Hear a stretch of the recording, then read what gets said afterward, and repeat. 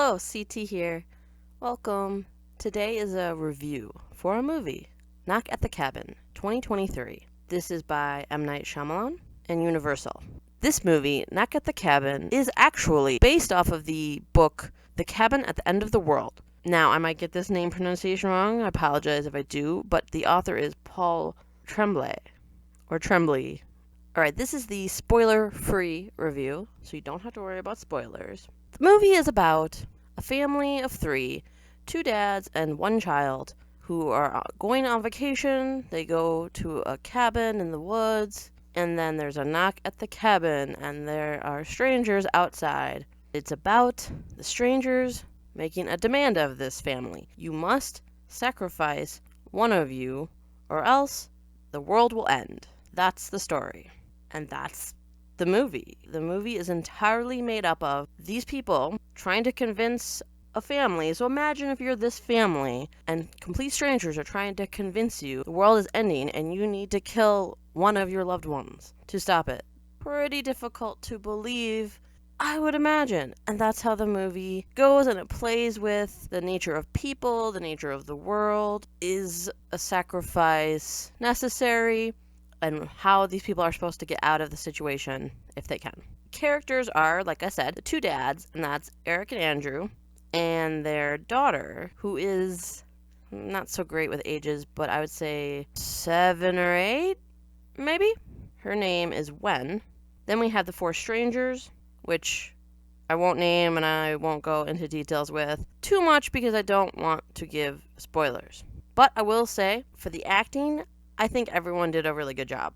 For a child actor, I thought the girl was quite good.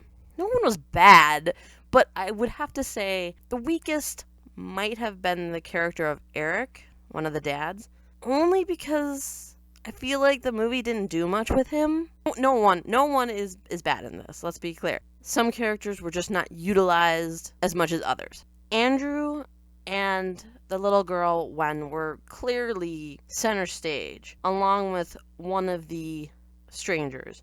The directing, cinematography, I like a lot of it. I would have to say, going now into the music too, with that, is that sometimes the music was a little too intrusive, too loud, too unnecessary. I always say less is more when it comes to visuals and story in general. If you don't need it, cut it out or minimize it. Leave it up to the people to feel the things or think the things. But sometimes the movie doesn't do that. And that's probably a Hollywood thing, not. I wouldn't blame that on the director. For all I know, it was. It wasn't too much and it wasn't too terrible, so I don't really consider that a negative. That's just something I noticed at certain points where I kind of thought, well, this is a little bit too much of a swell of music, too grand for what we're getting here. And then going back to the directing and cinematography, I do think the structure of the story could have been changed. It works the way we're given it. Saying as little as I can, when it comes to the structure of the story, I would have done things differently. I don't have any professional expertise in story making, just personal, so make of that as you would want. Then getting into the effects were good. This movie is rated R, which I found strange. I just don't really understand how ratings work, I suppose. Very brutal violence, a lot of swearing, maybe a lot of sexuality. That's going to give you an R. There are tons of action movies that are PG-13, full of on-screen punching, kicking, death, injury.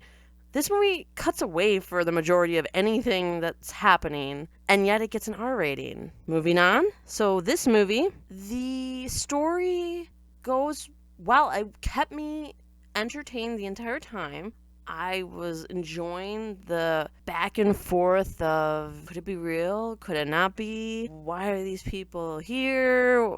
All the elements of character, although I will say a negative for me was that we don't really get to know any of the characters much. Not really. Andrew, one of the dads, completely takes center stage in this movie, which I find peculiar because the power would have been in getting us to care about this whole family so that any one of them would be a loss. Of course, we still have the anyone dying for no good reason is a loss and shouldn't happen.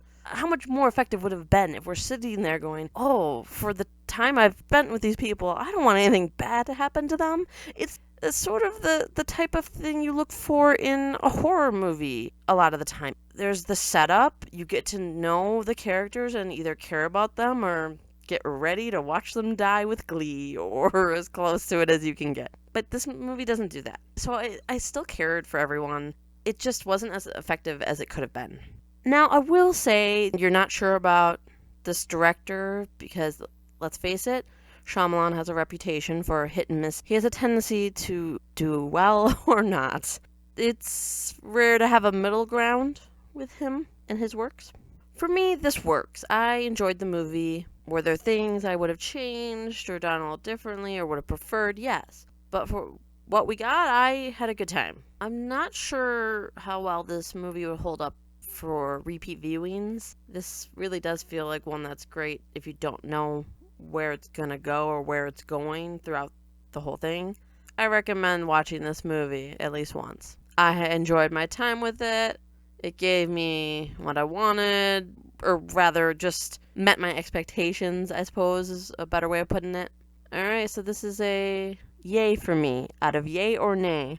I like to do either yay or nay for movies. Basically, do I recommend or not? Yay, I recommend. Thank you for watching. Like and subscribe. Comment below.